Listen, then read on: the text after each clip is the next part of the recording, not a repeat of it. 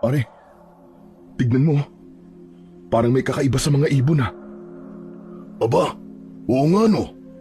Ang dami. Tapos, salungat pa ang lipad nila. Kinakabahan ako, Paing. Mukhang may masamang mangyayari. Ha? Bakit mo naman nasabi? Basta, hindi magandang senyales yan. Sabi ng matatanda, kapag nagkakaganyan daw ang mga ibon, may paparating na dilubyo. Lumilikas daw sila bago pa may mangyari. Nako, huwag ka naman sanang magdilang anghel. Sana nga, Paing. Anong gagawin natin ngayon? Uuwi na ba tayo? Hindi ko alam eh. Pero sigurado akong hindi tayo papayagan ni engineer na basta umuwi. Sa palagay mo ba, maniniwala ba siya kung sasabihin nating baka mamaya may dilubyong parating? Oo nga no. Sabagay, baka sabihin pa niyang nagdadahilan tayo o naniniwala sa mga pamahiin. Alam mo naman yung ugali nun. Kapag walang ebidensya, hindi maniniwala. 2:00 ng tanghali noon. Kasalukuyan kaming gumagawa ng isang modernong kubo sa gitna ng isang pribadong bukirin na pagmamay-ari ni Engineer Guevara. Mainit ang sikat ng araw, pero nakakabahala ang biglaang pagdilim ng langit kahit tirik na tirik pa ang araw. Huminto ako sa pagpukpok at napatingala. Paing, tignan mo yung ulap oh. Biglang dumilim. Aba, oo nga no. Parang may paparating na malakas na ulan. Ilang segundo lang, bigla naming narinig na nagkakagulo ang mga hayop. Umaalulong ang mga aso. Doon na ako nagsimulang kilabutan. Batid ko na meron ngang nagbabadyang panganib. Agad kong sinigawan ang mga kasama ko. Baba muna tayo! Dali! Nagtaka pa sila nang mabilis akong bumaba mula sa tuktok ng bahay. Nagkakabit na kasi kami noon ng bubong. Agad silang sumunod, pero kita ko sa mga mukha nila ang labis na pagtataka sa inaasal ko. Kaya agad kong ipinaliwanag sa kanila ang masama kong kutob. Doon muna tayo sa labas, kahit sandali lang. Bilisan niyo na! Bumaba na kayo lahat dyan! Ano ba kasing nangyayari, Chong? Kinakabahan naman ako sa'yo eh. Hindi ko alam.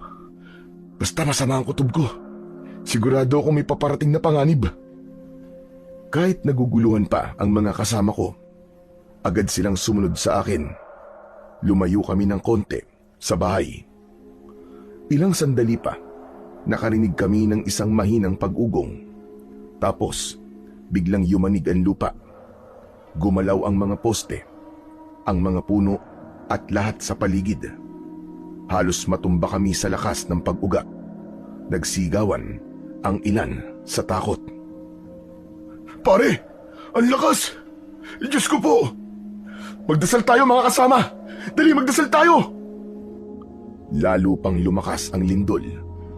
Bumagsak nga ang yero at ang mga kahoy. Tapos ay mas lalo pang umalulong ang mga aso. Grabe! Ang tagal ng lindol na to ah! Kaya nga Diyos ko, iligtas niyo po kami. Huwag niyo po sanang pahintulutan na may masamang mangyari. Maya-maya lang, unti-unti na rin itong humupa. Lahat kami ay tulala. Si Paing ay nakatungo. Hawak pa din ang kanyang ulo. Grabe! Nahilo ko ah! Ang sakit sa ulo nun! Masusuka yata ako! Relax ka lang pare. Hinga ka lang na malalim. Malalampasan natin to. Mga kasama, ayos lang ba kayo? May nasaktan ba sa inyo? Isa-isang sumagot ang mga kasamahan namin. May mga gasgas, may nadapa. Pero salamat sa Panginoon, walang grabing nasaktan. Naloko na pare. Bumagsak yung bahay. Nalungkot ako nang makitang gumuho nga ang ginagawa naming bahay. Pero kinalma ko ang aking sarili at piniling maging positibo. Wala na tayong magagawa dyan pare. Ang bahay na sira, pwedeng gawin ulit. Pero ang buhay natin kapag nawala, hindi na muling maibabalik. Magpasalamat na lang tayo at ligtas tayong lahat. Tama ka. Salamat sa'yo, tol ha. Hindi dahil sa kutob mo. Baka mamaya may malubang na sugatan sa atin. Wala yun. Magpasalamat tayo sa Diyos at nagbigay siya ng mga babala. Kaya nga akalain mo, napansin mo kaagad yun at talagang di mo binaliwala. Ang galing mo, pare. Naturuan lang ako ng lolo ko noon, kaya alam ko kung paano tumingin at mag-examine ng mga nangyayari sa paligid. Mga kasama, mabuti pa umuwi na tayo. Kailangan natin makita ang mga mahal natin sa buhay. Oo nga, si Lolo. Baka kung ano na nangyari sa lolo ko. Nang marinig ng mga kasama ko ang aking sinabi, halos sabay-sabay silang nagsitayuan. Kita ko sa mga mukha nila ang takot at pag-aalala. Lahat kami gusto nang makauwi kagad.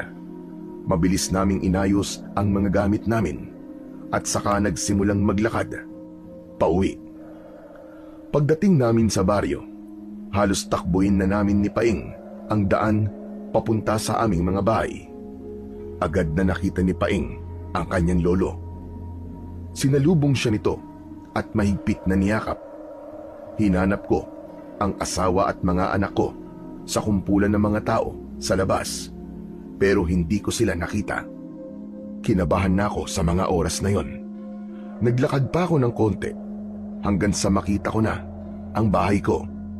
Halos manlumo ako nang makitang gumuho ito. Hindi ako makapaniwala.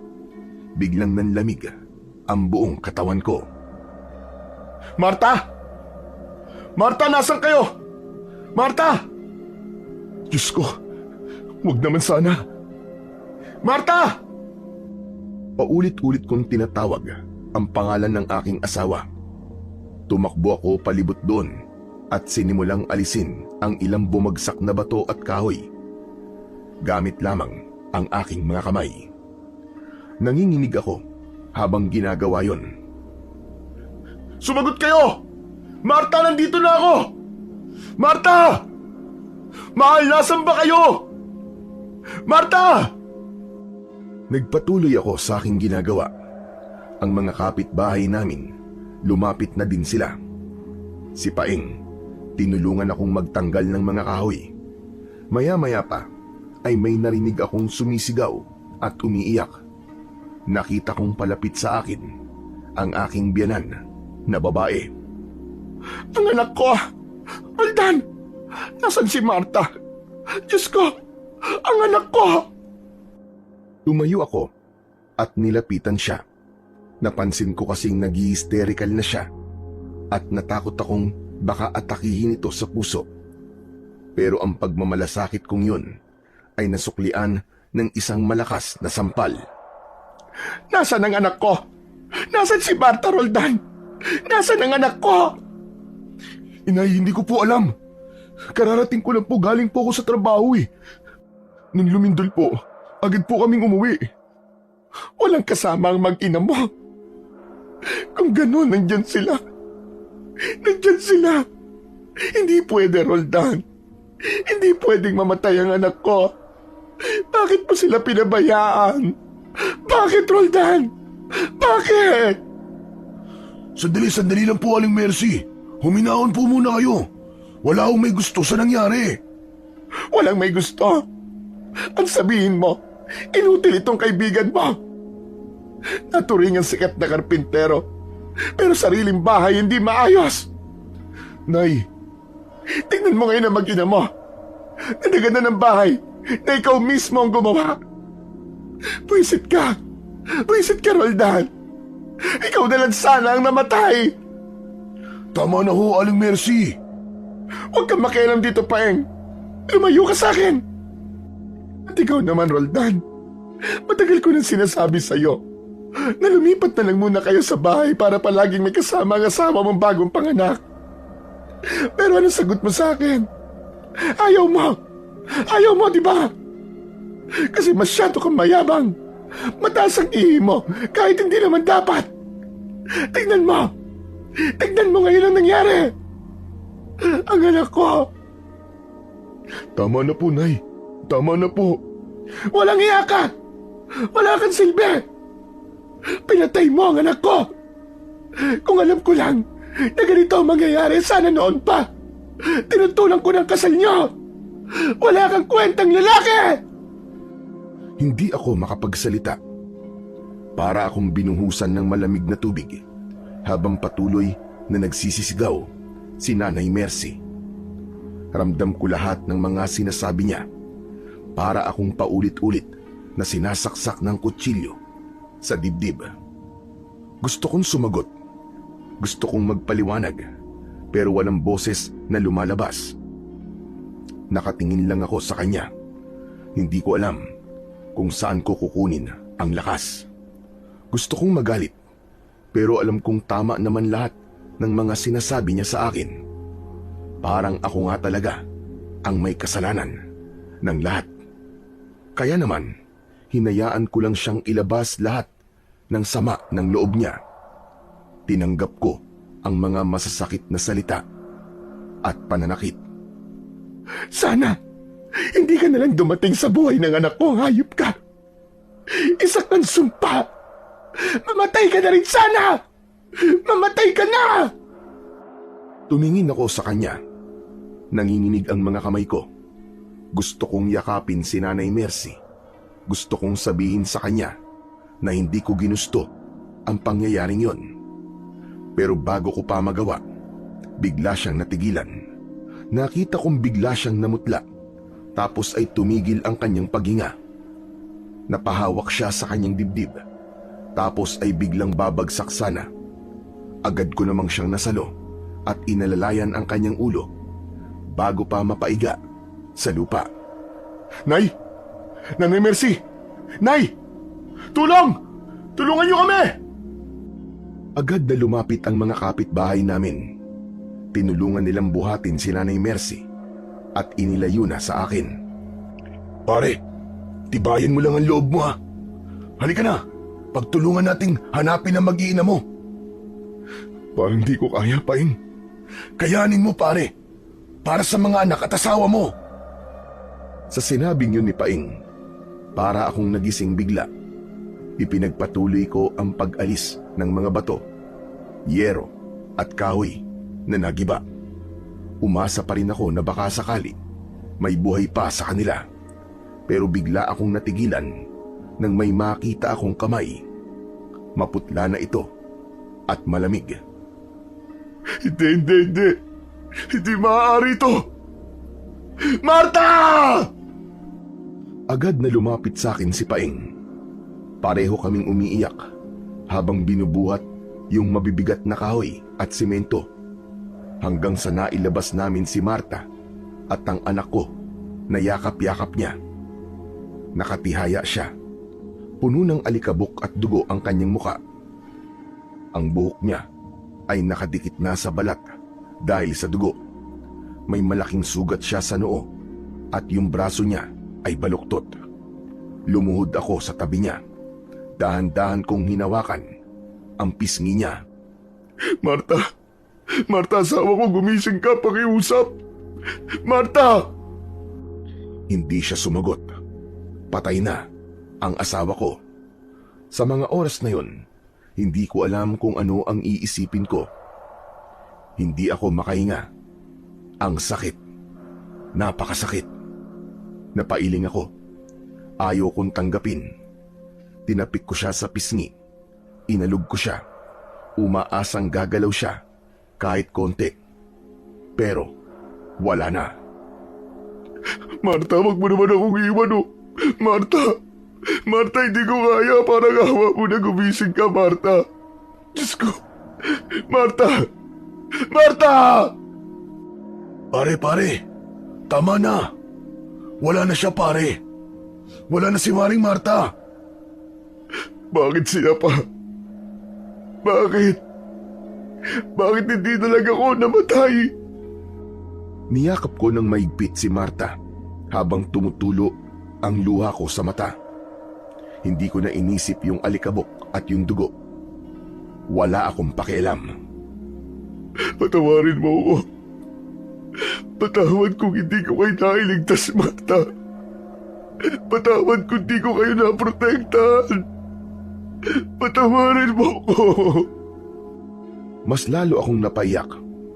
Masakit. Sobrang sakit ng nangyaring yon. Puno ako ng pagsisisi. Samantala, ang mga tao sa paligid, nagkagulo na sila nang makita ang katawan ng asawa kong si Marta. Agad silang nagsilapitan at nakiusyoso. May mga umiiyak, may mga hindi makapaniwala, may mga naawa. Maya-maya pa, ilang kalalakihan ang lumapit at tumulong. Binuhat nila si Marta at ang anak kong sanggol. Inilapag nila ito sa banig at saka tinakpan ng kumot. Hindi ko na nakayanan ang eksenang yon hanggang sa nawalan na ako ng malay. Pagmulat ng aking mga mata, nakahiga na ako sa papag. Nakita ko ang kaibigan kong si Paing na nakaupo malapit sa akin habang binabantayan ako. Pare, sa wakas gising ka na rin. Salamat sa Diyos. Hindi ako kagad nakasagot. Pero nang maalala ko ang mag-ina ko, bigla akong napabalikwas ng bangon. Ang mag-ina ko, pare. Nasaan sila? Inuwa na sila ng puninarya kanina, pare. Hintayin na lang natin ang pagbabalik nila. Eh ikaw, pare, kumusta ka na? Masakit, pare. Napakasakit. Hindi ko matanggap. Wala na tayong magagawa, pare. Ipagpasa Diyos na lang natin yung nangyari. Lakasan mo ang loob mo. Ewan. Hindi ko alam kung paano ko malalampasan ang pagsubok na to, Paing. Bakit? Bakit nangyari to? Hindi ko rin alam, pare. Walang nakakaalam. Baka talagang nakatadhana na sila para bumalik sa ama. Tadhana? Anong tadhana? Walang kwentang tadhana yan. Bakit niya hinayaan na mangyari to? Kilala mo ako, Paing. Mabait akong tao. Palagi kami nagsisimba. Palagi akong tumutulong sa iba. Sa katunayan, di ba? Nagligtas pa ako ng buhay. Tapos to. Ito ang magiging kapalit. Ano to? Relax lang, tol. Pasensya ka na. Hindi ko alam kung anong sagot sa tanong mo eh. Paano ako magsisimula nito? Ayoko na. Ayoko na ring mabuhay. Ayoko na! Tama na, Roldan. Kailangan mo maging matatag. Buhay pa ang isang anak mo, si Boying. Kailangan ka niya. Ha? Ano sabi mo? Buhay si Boying? Oo, Chong. Nasa eskwelahan siya nang mangyari ang lindol. Kaya huwag ka sumuko. Lumaban ka, Chong, para sa kanya. Parang nabuhayan ako nang sabihin ni Paing na buhay si Boying. Napahawak ako sa aking ulo sa kabila ng sakit. Natuwa ako. Salamat, Paing. Salamat at buhay siya. Tumayo ako at muli kong tinignan ang gumuho naming bahay. Nasa bakuran kami ni Paing ng mga oras na yon. Paing, gusto ko makita ang anak ko. Samahan mo ako. Makikita mo ang anak mo, pre. Pero wag na muna ngayon. Nasabihanan mo kasi. Paupain muna natin yung galit niya. Tumango ako nang marinig yon. Naintindihan ko ang gusto niyang sabihin sa akin. Habang nag-uusap kami ni Paing, bigla kaming napatigil. May narinig kaming malakas na alulong mula sa gubat. Napatingin kami pareho sa direksyon nun. Ilang sandali pa, nagsunuran na rin tumahol at umalulong ang mga aso sa buong baryo. Kinilabutan ako. Nagkatinginan kami ni Paing.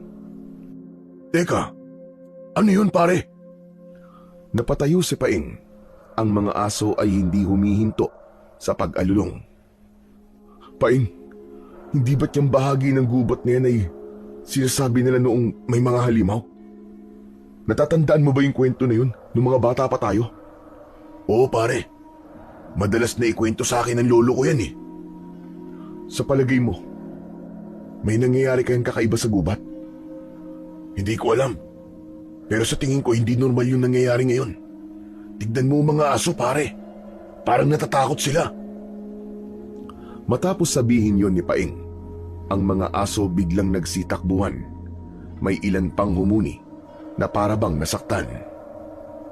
Yan na nga ba ang sinasabi ko? Loko, baka may mangyari na namang masama pare. Ilang sandali pa, napatingala kami sa itaas. Nakita namin ulit ang mga ibon na lumilipad at muling lumindol ng malakas. Nagsigawan ang mga tao. Napaluhod ako sa lupa. Mas malakas ang lindol na yon kesa sa nauna. Nagbitak ang lupa. Pero ako, hindi lang sa lindol napunta ang atensyon ko. Nanatili akong nakatingin sa gubat. Para bang may nakita akong liwanag na nanggagaling doon. Hindi ako sigurado kung tama ang nakita ko. Parang apoy na bugaw yon. Nang matapos ang pagyanig, tinanong ko si Paing. Paing, nakita mo ba yun? Ang alin? Parang may apoy sa gubat ah. Ano, apoy? Wala naman ah. Kung may apoy, sigurado may usok. Pero wala oh. Hindi ko inalis ang tingin ko sa gubat. Parang may nararamdaman akong mainit na enerhiya na nanggagaling doon. Tapos ay parang may naririnig akong bumubulong. Isang mahina, paos at mababa na tinig. Hindi ko maintindihan ang mga salita. Pre, uy pre, ayos ka lang ba? Oo, ayos lang ako. Pero ang gubat, Paing. Kinakabahan ako sa gubat. Ano bang ibig mo sabihin? Pakiramdam ko, hindi natural ang lindol. Paano kung totoo ang kwento ng mga matatanda noon? Kwento lang yun, pre, ano ka ba? Wala pa namang nakakapagpatunay na totoong kwento eh. Imposible yung sinasabi mo. Aalamin ko ang totoo, pre. Ano? Anong binabalak mo? Pupunta ako sa gubat. Ano ka mo? Nahihibang ka na ba? Kung tama ang kutob ko, kailangan ko matuklasan kagad yon. Dahil baka hindi huminto ang pagyanig. Lahat tayo mamamatay dito dahil sa ginagawa niya. O ano? Sasama ka ba? Ano kasi? Kung ayaw mo, ayos lang. Hindi kita pipilitin na sumama. Natahimik si Paing. Halos hindi siya makatingin sa akin ng diretsyo matapos niyang tumanggi na samahan akong alamin kung ano ba talaga ang nangyayari. Kung talagang gagawin mo yan, pre, mag-iingat ka. Pero sana pag-isipan mo munang maigi. Baka kasi talagang delikado eh. Ayokong pati ikaw mapahamak. Isipin mo ang anak mo, Chong. Natahimik ako matapos sabihin yun ni Paing. Hindi pa ako sigurado kung ano ang gagawin ko. Pero isa lang ang malinaw sa isip ko. Kailangan kong malaman kung ano talaga ang nangyayari. Hindi ko alam kung saan ako magsisimula. Pero alam kong tama ang kaibigan ko. Hindi ako pwedeng magpadalos-dalos. Kailangan kong magplano. Kailangan kong maghanda. Samantala, pagkatapos ng 2 malalakas na lindol, naging tahimik ang paligid. Wala na kaming naramdaman na mga aftershocks. Pero kahit tila kumalma na ang lupa, naroon pa rin ang kaba at takot ng mga tao. Sa gabi, halos lahat ng mga tao ay nasa labas pa din ng mga bakuran. May ilan na nagtayo ng tent at may nagtayo din gamit ang mga trapal at magagaan na kahoy. Yung iba naman, naglatag na lang ng karton at banig sa lupa. Ako, naupo lang sa gilid. Pinagmamasdan sila. Naaawa ako sa kalagayan namin lahat. Kinabukasan, medyo tinanghali na ako ng gising. Gawa ng puyat. Masakit ang ulo ko at mabigat pa din ang aking dibdib. Pagbangon ko, nakita kong paparating si Paing. May bitbit na 2 tasa ng kape. Yun! Sakto, gising ka na, Chong. O eto, kape ka muna. Salamat. Tahimik na inabot ko ang tasang umuusok. Maya-maya ay tumabi siya sa akin. Panay ang kanyang sulyap. Naramdaman kong may gusto siyang sabihin, pero nag-aalangan. Ano bang meron, Paing? Bakit para kang pusa na hindi mapaanak dyan? May sasabihin ako eh. Nalaman ko na nandun sa bahay ng biyenan mo yung labi ng asawa at anak mo. Bigla akong natigilan. Tumitig ako sa tasa ng kape. Nanginig ang aking mga kamay. Oo, Chong. Relax lang. Hindi pare, hindi ako pwedeng mag-relax. Tara, samahan mo ako. Puntahan natin sila. Oo, sasamahan kita. Pero ubusin muna natin tong kape. Sayang eh. Inubos niya ang laman ng tasa niya. Habang ako naman, hindi ko na nagawang tumikim. Tumayo na lang ako at nagsimula ng maglakad palabas ng bakuran. Agad din naman siyang sumunod. Tahimik lang kami habang naglalakad. Habang papunta kami sa bahay ng biyenan ko, may ilang lumapit sa amin. Nakikiramay sila sa nangyari. Ninitian ko sila ng bagya. Ayoko nang magsalita. Ayoko ring makipag-usap. Nagpatuloy kami sa paglalakad. Si Paing naman, tahimik lang sa tabi ko. Paminsan-minsan, sumisilip siya sa akin. Siguro, nag-aalala siya na baka bigla akong matumba o mawalan ng malay. Pero hindi ko na lang siya pinansin.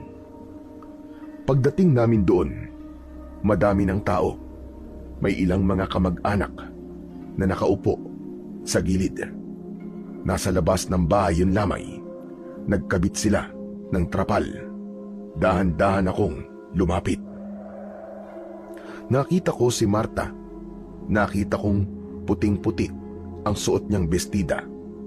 Ang ganda pa rin niya. Nakatabi sa kanya ang maliit naming anak. Marta, asawa ko. Marta, patawarin mo ko. Patawarin mo ko, mahal. Patawad. Lumapit sa akin si Paing. Pinatong niya ang kamay niya sa balikat ko. Habang umiiyak ako, napansin kong nasa sulok lamang si Nanay Mercy. Wala siyang imik. Nakaupo siya, nakayuko, pero ramdam ko pa rin na galit siya sa akin. Hindi man siya magsalita. Alam kong ako pa rin ang sinisisi niya. Hindi ko siya masisisi dahil ako man, sinisisi ko ang sarili ko sa nangyari sa aking mag-ina. Tay? Anak Boying. Naku, salamat sa Diyos. Totoo ngang buhay ka, anak. Opo, wala naman po masamang nangyari sa akin, Tay. Dahil nakalabas po kami kagad ng classroom. Takot na takot po ako, Tay. Ang lakas po ng lindol. Yung mga gamit namin po sa school, nalaglag lahat at nasira. Tay, umiyak po ako ng umiyak. Pero pinilit ko pong lumabas. Sakto po paglabas namin, gumuho na po yung halos kalahati ng classroom namin. Salamat sa Diyos. Pasensya ka na, anak, ha? Hindi ko naman alam na mangyayari ang ganito eh. Pero anak, ang tapang mo. Mabuti't ligtas ka. Opo, Tay. Hindi naman po kami pinabayaan ng teacher namin. Salamat naman kung ganun. Alam mo, kung alam ko lang na mangyayari to, anak, sana hindi na ako umalis ng bahay eh. I'm sorry, anak, ha? Patawarin mo si tatay. Tay, wag na po kayong humingi ng sorry. Wala po kayong kasalanan. Sabi po ni Lola, ganun daw po talaga ang buhay. Nakakalungkot lang. Kasi po, wala na po si nanay at si Bunso. Malungkot talaga, anak. Ako man sobrang nalulungkot din. Pero hayaan mo, anak. Hindi kayo iiwan ni tatay, ha? Kakayanin natin dalawa to. Saan na po tayo titira, Tay? Wala na po yung bahay natin. Hindi ko pa alam, anak. Pero maghahanap ako ng paraan para makapagtayo ulit tayo ng bahay. Kahit simpleng kubo lang muna. Basta't magkasama tayo. Tumahimik kami sandali. Pareho naming pinagmasdan ang kabaong ni na Marta at ng baby namin. Tay, si nanay po ba? Naririnig po ba tayo kahit patay na siya? Oo naman anak. Narinirig tayo ng nanay mo. Nakikinig siya dun sa itaas. Kaya huwag kang malungkot. Lagi niya tayong babantayan anak. Ganun po ba? Sige po, hindi na po ako ganong malulungkot. Magiging matapang po ako. Gaya po ng palaging sinasabi sa akin ni nanay dati. Yan. Ganyan nga anak ko. Hayaan mo anak. Hindi kita pababayaan. Nandito lang si tatay palagi. Niyakap ko siya ng maigpit. At sa mga yakap na yon, naramdaman ko ang unti-unting paglakas ng aking loob. Napatingin ulit ako kay Nanay Mercy. Nakita kong nagpapahid ng luha sa kanyang mga mata. Anak, sige puntahan mo ang lola mo. Yakapin mo din siya. Malungkot din siya anak. Opo, tay. Lumapit ang anak ko sa lola niya at nakita kong niyakap niya ng maigpit ang kanyang lola. Hindi agad gumalaw si Nanay Mercy, pero maya-maya pa, niyakap din niya si Boying pabalik. Nakatitig lang ako sa kanila. Gusto kong umiyak, pero pinigilan ko. Muli akong tumingin sa kabaong. Pangako, mahal. Aalagaan ko si Boying. Hindi ko siya pababayaan. Kakayanin namin ito. Hindi ko iniwanan ang kabaong ng asawa ko. Umupulong ako sa tabi nito buong maghapon. Ni hindi ko na nga namalayan na anong oras na pala at malapit ng dumilim. Saka ko lang napansin yon nang lumapit sa akin si Nanay Mercy. Bitbit ang isang baso ng kape. Roldan, magpahinga ka muna. Ako na muna magbabantay dito. Ayos lang po ako, Nay. Alam kong pagod ka na anak. Mula pa kaninang umaga, hindi ka na umaalis sa tabi ni Marta. Hindi ka pa halos kumain. Sige na, ako na muna rito anak. O heto ang kape para sa'yo. Nang marinig kong tinawag niya akong anak, bigla akong napahinto. Napatingin ako sa kanya. Pasensya ka na sa mga nasabi ko at nagawa ko sa iyo kahapon. Hindi ko sinasadya.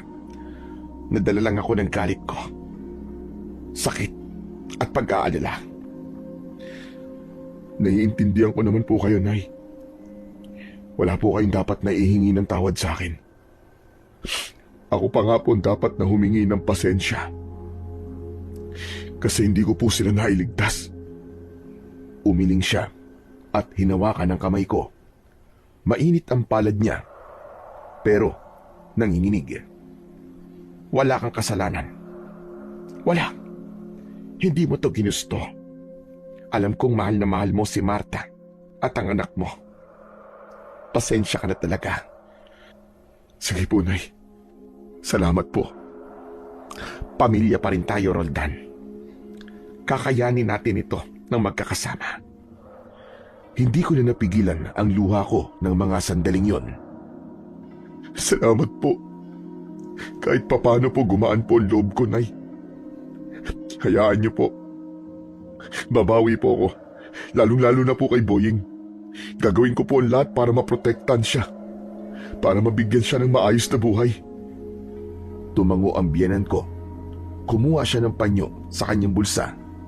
Sabay pahid ng luwa sa pisngi ko. Kaya mo yan. Alam kong malakas ka. Basta't alagaan mo lang na mabuti si Boying at ang sarili mo. Siya na lang ang natitirang alaala natin kay Marta. Opo, Nay. O sige na, tumayo ka na dyan. Inuin mo na itong kape mo at magpahinga ka na muna. Sinunod ko ang sinabi niya. Tumayo na ako at siya ang humalili. Hinalap ko sa bakuran si Paing. Nakita ko siya sa may lilim ng mangga. May kausap siyang matandang lalaki. Hindi ko kilala ang matanda. Suot niya ang isang kakaibang kasuotan, parang damit ng mga sinaunang pari. May suot din siyang sombrero na bahagyang tinatakpan ng kalahati ng kanyang muka. Habang papalapit ako, napansin kong agad na may kakaiba sa kanya. Hindi ko alam kung bakit, pero tumindig ang balahibo ko. May kung anong malakas na puwersa akong naramdaman. Napatingin ako kay Paing at sa itsura niya, mukhang seryoso rin ang pinag-uusapan nila. Paing, sino yung kausap mo? Hindi siya kagad sumagot. Nakatingin lang siya sa matanda na para bang nakikinig ng mabuti. Nang mapansin niya ako, ngumiti siya ng pilit. Roldan, siya nga pala si Mang Tiburcio. Nakikibalita lang dito sa baryo natin. Ganun ba? Inalis ng matanda ang suot niyang sombrero at itinapat yon sa kanyang dibdib. Nakikiramay ako, iyo. Sa nangyari sa pamilya mo. Tumango ako at saglit na ngumiti. At nang matapos ay bumaling ako kay Paing. Nagugutom kasi ako, pare. Baka pwede mo muna akong samahan kumain. Ayun lang ba? O sige, sasamahan kita. Tatang, maiwan na po muna namin kayo O kung gusto niyo po, dumito na po muna kayo para makapagpahinga. Yun nga lang ho, sa labas lang po kayo pwedeng matulog kasi baka mamaya muling lumindol. Talagang lilindol pa, mga iyo. Hindi pa tapos ang dilubyo. Teka, ano po? Ano po sinasabi niyo, tatang? Wala. Ang sabi ko baka lumindol ulit. Asahan na natin yon. Normal lang naman ang mga aftershock na mararamdaman. Pagkasabi nun, naglakad na kami ni Paing sa lugar kung saan nagluluto ang ilang mga kababaryo na nagboluntaryong tumulong sa lamay. Agad na kumuha ng pagkain si Paing at inabot sa akin ang plato. Mabuti naman, Chong, at naisipan mo nang kumain. Tinablan ka na din ng gutom, no? Oo, medyo maapdi na nga sikmura ako. Salamat dito sa pagkain, Wala yun. Sabayan na kaya kita para ganahan ka ng konti. Mainam pa nga. Siya nga pala, Paing. Yung matandang lalaki. Wala ka bang napansin sa kanya na kakaiba? Meron. Ano? Matanda na siya tapos puro kulubot na mukha niya. Weirdo yung damit at sombrero niya. Hindi bagay sa kanya. Pambihira ka naman, oo. Di naman yun yung ibig ko sabihin. Ano ba kasi yun? Parang ano, pre. Basta, kinikilabutan ako sa matandang yun. Parang wala siyang gagawing maganda. Talaga? Paano? Mukha naman mabait Saka matanda na yon. Hindi na yung kayang gumawa ng masama. Basta, Paing. Hindi maganda ang kutob ko sa kanya. Baka nga mamaya hindi pa tao yan Hala ka, nakakatakot naman yung sinabi mo. Teka nga, at titignan ko nga uli. Sinilip ni Paing ang matanda kung saan namin siya iniwan. Uy pare, wala na yung matanda. Umalis na siguro. Samantala, nang matapos makakuha ng sarili niyang pagkain, naghanap na kami ng pwesto. Napansin ko na mabilis dumilim ang paligid. Yung ibang mga tao, nagsisiuwian na rin. Pero may mga bagong padating, yung mga nagsusugal sa gabi, na natili lang kaming nakaupo sa isang tabi. Nang matapos kaming kumain, ay kinuha na ni Paing ang mga plato at inilagay sa lababo. Nang makabalik siya, nagpaalam ako. Pre, ihilang ako sandali O sige, pero huwag kang lalayo Maski dyan sa mga puno, pwede na dyan Tumayo ako at naglakad papunta sa likuran ng bahay. Medyo madilim at walang ilaw doon. Habang umiihi ako, may napansin akong gumagalaw sa itaas ng isang puno. Akala ko nung una, wala lang yun.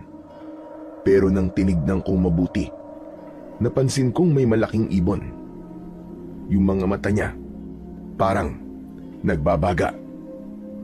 Anak ng... Anong ibon to? Dahan-dahan akong lumapit habang pinagmamasdan pa din ang nilalang. Hanggang sa napagtanto ko na hindi pala yun ibon. Malalaki ang pakpak niya, pero yung katawan ay parang sa tao. Maitim ang balat niya, payat at meron siyang mahahabang mga daliri. Hindi ako agad nakakilos. Para akong natuod sa kinatatayuan ko. Napalunok ako ng ilang beses nang marinig ko ang malakas na paghinga ng nilalang. Sa isang iglap, bigla siyang tumingin sa akin at lumipad siya papalayo. Sa sobrang gulat ko, natumba ako at napasigaw. Dahil sa malakas na sigaw ko, yung mga tao sa may lamay biglang napapunta sa kinaroroonan ko. Tol, anong nangyari?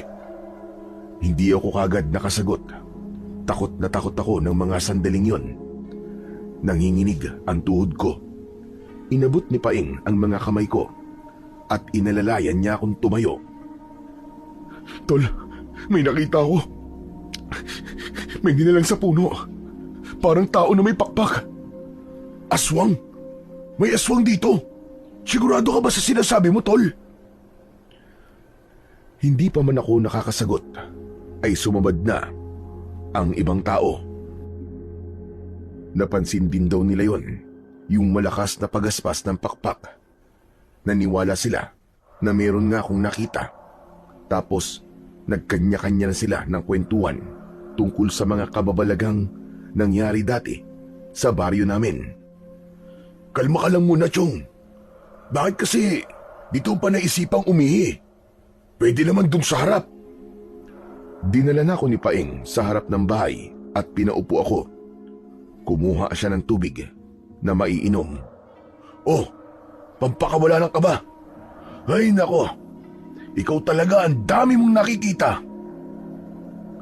Habang umiinom ako ng tubig, may ilang matatanda na lumapit sa amin. Sila ay sina Katemyong, Aling Sabel at Lolo Tonyo. Kita ko kagad sa mga mukha nila ang pag-aalala at takot. Nakatingin lang sila sa akin, parang nag-aalangan kung paano magsisimula ng usapan. Si Mang Temyong ang unang nagsalita. Tinanong niya ako kung totoo raw bang may nakita akong nilalang na may pakpak. Tumango ako. Hindi ko na ipinaliwanag ng detalyado, pero alam kong hindi ako nagkamali sa nakita ko. Hindi ako nagbibiro. May nakita talaga ako. Biglang napahawak sa dibdib si Aling Sabel at mahina niyang sinabi na baka raw bumalik na naman sila. Napakunot ang noo ko at agad kong tinanong kung sino ang tinutukoy niya. Lumingon-lingon pa siya bago sumagot. Parang natatakot na baka may makarinig. Ikinuwento niya nung bata pa raw sila ni Mang Temyong. May nangyari din daw na malakas na lindol at pagkatapos nun ay may mga sumalakay na halimaw. Sumabat si Lolo Tonyo. Magulo ang baryo noon, puno ng takot at pangamba. Nagsimula daw mawala hindi lang ang mga hayop, kundi pati na rin ang mga bata. Napatingin ako kay Paing. Tahimik lang siya, pero alam kong nakikinig siya sa lahat ng sinasabi ng mga matatanda. Kung ganun po nangyari, paano po natigil ang pananamantala at pambibiktima ng mga nilalang na yun dito sa baryo? Sabi ni Katemyong, may tumulong daw sa kanila noon. Isang matanda na may kasamang batang lalaki. Halos kaedad lang daw nila. Mukha raw silang mga antingero dahil sa mga agimat at anting-anting na nakasabit sa leeg at braso nila. Sila raw ang humarap sa mga aswang na sumalakay sa baryo noon. Matindi raw ang naging labanan, pero dahil sa tapang at kakaibang lakas ng matanda at ng bata, natalo daw nila ang mga aswang. Ayon sa matanda, ang mga aswang na yun ay galing sa gubat. Doon nagsimula ang kwento tungkol sa gubat na iniiwasan hanggang ngayon. Ang gubat na pinaniniwalaang pinagmulan ng mga aswang na minsang nagasik ng takot sa baryo namin. Hindi na ako nakapagsalita pa pagkatapos ng kwento nila. Unti-unti na namang nagkaroon ng palatandaan na totoo ang aking masamang kutob. Nang mga oras na yon, biglang nagsiuwian ang mga tao na nakipaglamay. Pumasok sila sa kanilang mga bahay kahit meron pa ring posibilidad na muling magkalindol at gumuho din ang bahay tulad ng iba. Hindi ka na yata natulog, iho. Hindi po, Nay. Pero ayos lang po ako. Gusto mo bang umidlip muna? Ako na lang muna magbabantay sa kanila. Sige po, Nay. Ay, siya nga po pala. May alam po ba kayo tungkol sa kwento ng kinatatakutang gubat? Bakit mo na itanong? May kinalaman ba ito sa nangyari kagabi? Opo, Nay. Naguguluhan po kasi ako eh. Hindi ko akalaing makakakita ko ng ganong klaseng nilalang. Pero kung totoo po yung kwento sa gubat, na dun daw nanggagaling ang mga halimaw, ibig sabihin po, baka hindi lang isa yung aswang, Nay. Paano po kung madami sila? Manganganib po ang buong baryo. Yun nga rin ang ikinakatakot ko eh. Kung sakali man nababalik sila, maraming mamamatay dito sa atin. Malulupit at walang awa ang mga aswang na yon. Pero bakit kaya? Kung sakali man na bumalik sila, bakit? Anong dahilan? Baka po kapareho lang po ng dahilan dati kung bakit nagkaroon ng aswang dito. Para maghiganti? Ano? Maghiganti po? Oo. Ayon sa sabi-sabi noon, may isang lalaki na pinaghihinala ang mangkukulam. Pero ang sabi ng iba, hindi naman siya masama. Tumutulong pa nga siya sa mga may sakit eh. Hanggang sa isang araw, napagtripan ng mga kabataang lasing. Sinaktan siya. Pero imbis na siya ang kampihan dahil siya ang naargabyado, siya pa ang pinalayas. Pinalayas? Oo. Pinalayas siya dahil takot sa kanyang mga tao. Doon siya sa gubat tumira. Hanggang sa ilang taon ang nakalipas, biglang lumindol ng malakas. At kasunod nun, nagsulputan na ang mga aswang noon dito sa ating baryo. Ang mga aswang, galing sila sa gubat kung saan nakatira ang mangkukulam. Sabi ng mga matatanda noon, baka raw siya ang may likha sa mga ito. Kaya po ba ng isang mangkukulam na lumikha po ng aswang? Oo, may kakayahan sila. Lalo na kung malakas ang kanilang kapangyarihan. Pero paano naman po sila nakasiguro na totoo po ang kwento na yun? May nakita daw silang isang asul na liwanag sa gubat bago lumindol ng malakas. Nanlaki ang aking mga mata sa narinig ko kay Nanay Mercy. Ang asul na liwanag, nakakasiguro ako na nakita ko din yun bago ang pangalawang paglindol. Bigla akong kinilabutan, lalo pat na pagtagni-tagni ko na ang mga nangyayari. Mas malaki na ngayon ang posibilidad na talagang may kinalaman nga ang mga nangyari noon sa nangyayari sa kasalukuyan. Bigla akong napatingin sa bangkay ng aking asawa. Unti-unting namuo ang galit sa aking dibdib. Alam mo bang, natatakot na din ako, iho. Baka nga bumalik sila. Kung totoo man po na bumalik sila, edi kailangan po may kumilos habang maaga pa. Kailangan po na may pumuksa na sa kanila bago pa sila makapaminsala ulit. Sana nga may dumating ulit na tutulong. Katulad nung maglolong antingero noon. Kung buhay pa sana yung bata noon, baka siya lang ang makakatulong sa atin ngayon. Pero, saan naman kaya siya posibleng hanapin? Hindi ko na nasagot ang sinabing yun ni Nanay Mercy. Bigla kasing dumating ang kaibigan kong si Paing at agad na lumapit sa akin. Roldan! Roldan, pre! Roldan! Oh, ano ba nangyari? Ba't tingal na hingal ka? Galing kasi ako dun sa may bandang silangan ng baryo. Dun, sa may kaduluan. Alam mo ba, Roldan, natagpuan patay yung pamilyang naninirahan dun. Ano? Patay? Aba, bakit daw? Hindi ko nga alam kung paano ko sasabihin eh. Pero yung katawan nila, Roldan, wasak. Para bang nilapa ng mabangis na hayop. Napatakip ng bibig si Nanay Mercy. Halatang nagulat at natakot. Ako naman, napatitig lang kay Paing. Nakikita ko sa mukha niya na hindi lang takot ang nararamdaman niya ron, pati trauma. Grabe! Karumal-dumal yung sinapit nila.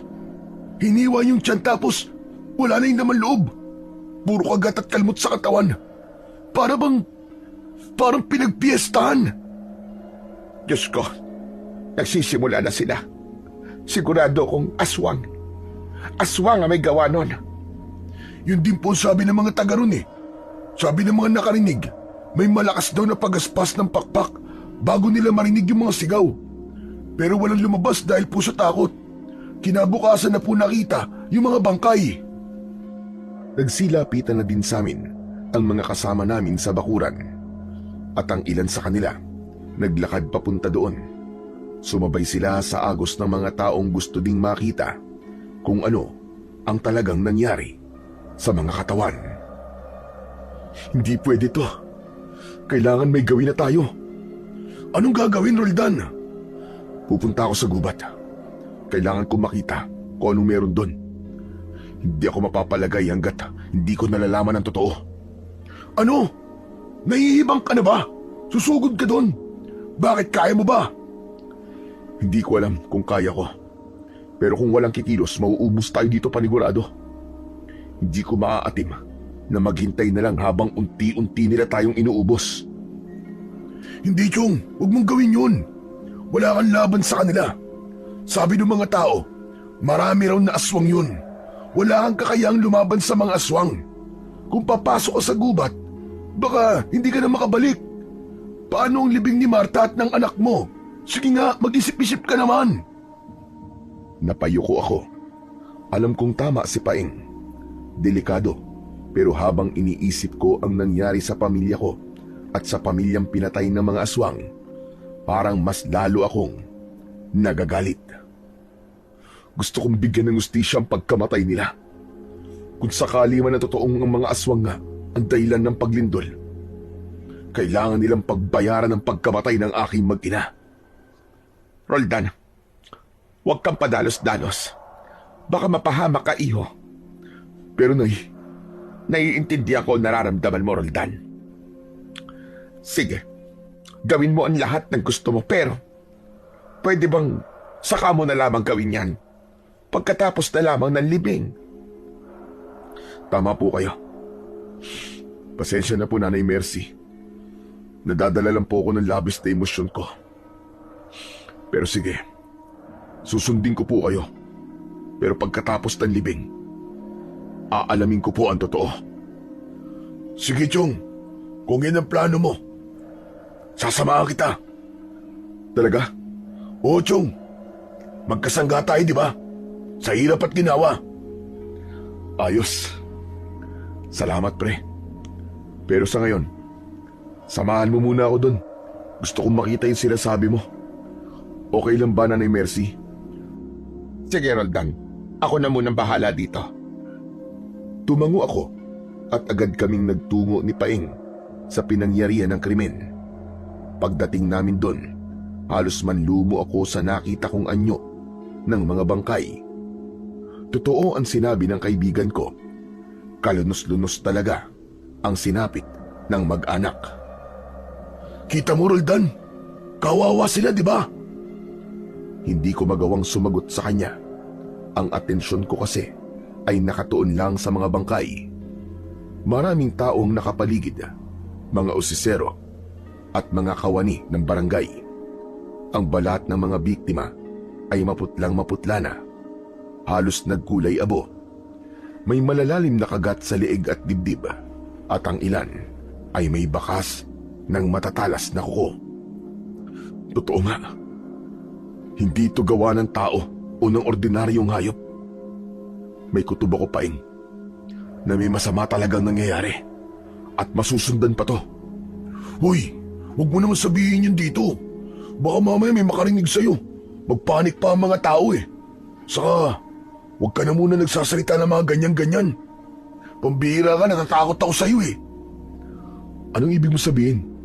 Di ba nga, mainit ang dila mo. Lahat ng sabihin mo, parang nagkakatoton lahat eh.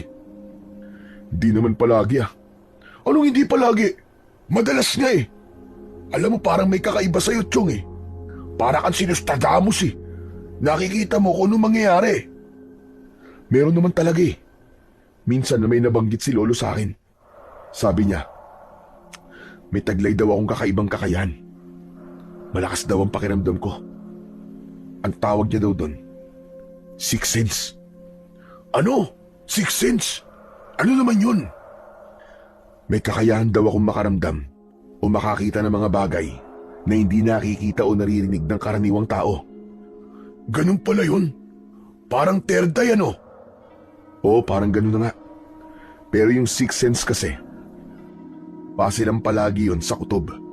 Pero ang third eye naman, base sa kung ano ang aktwal na nakikita. Ayoko ng ganyan. Baka mabaliw ako. Habang nag-uusap kami ni Paing, dumating na ang mga pulis.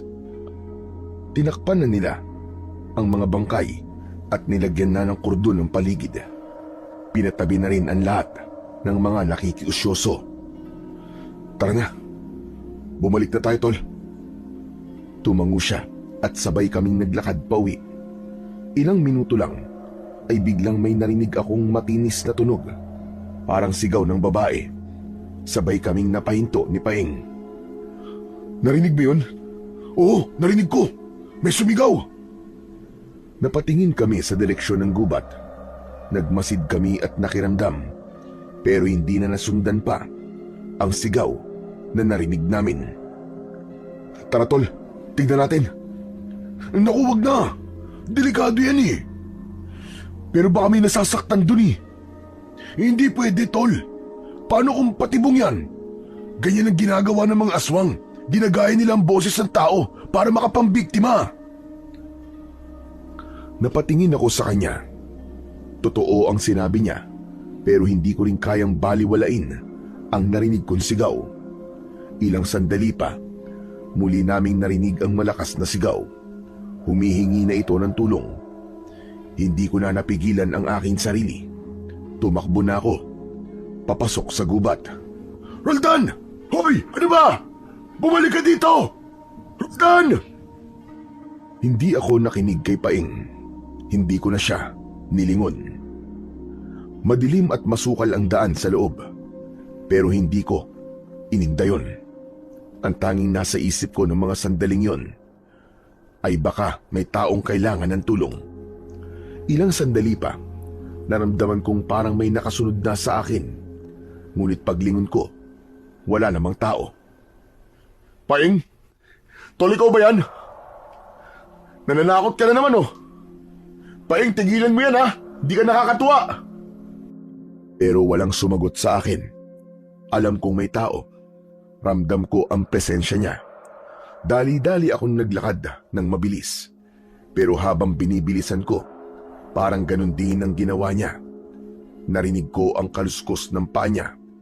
Kinabahan ako at dun ko lang din naisip na isa pala akong malaking tanga.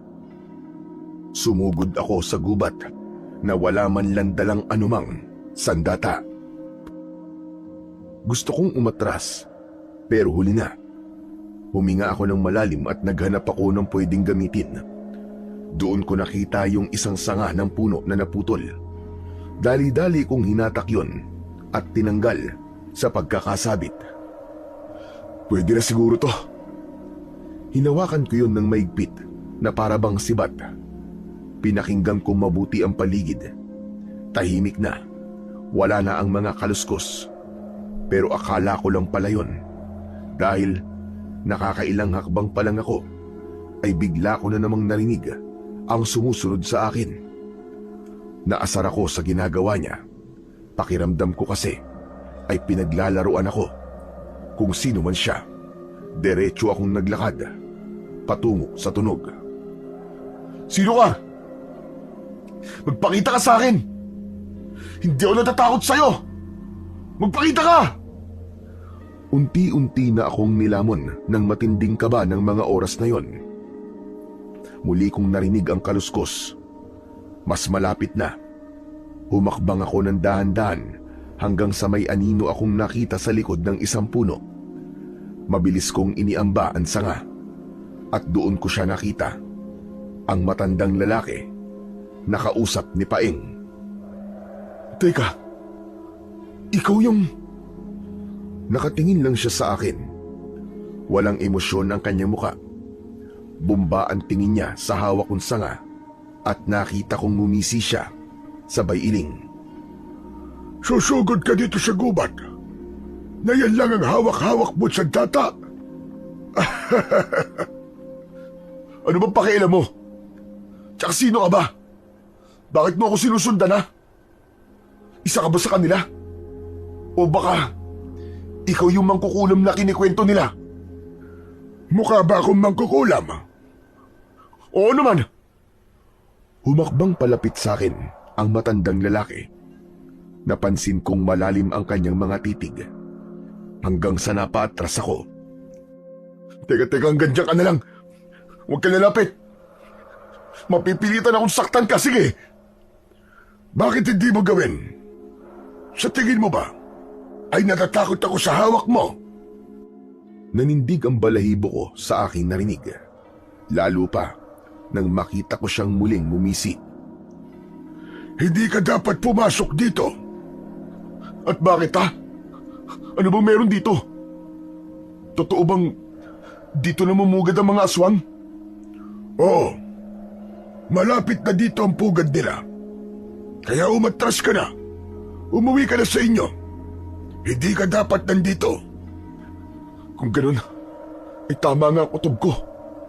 Anong kutob ang sinasabi mo? Na kaya lumilindol ay dahil may nangyayaring kababalagan dito sa lugar na to.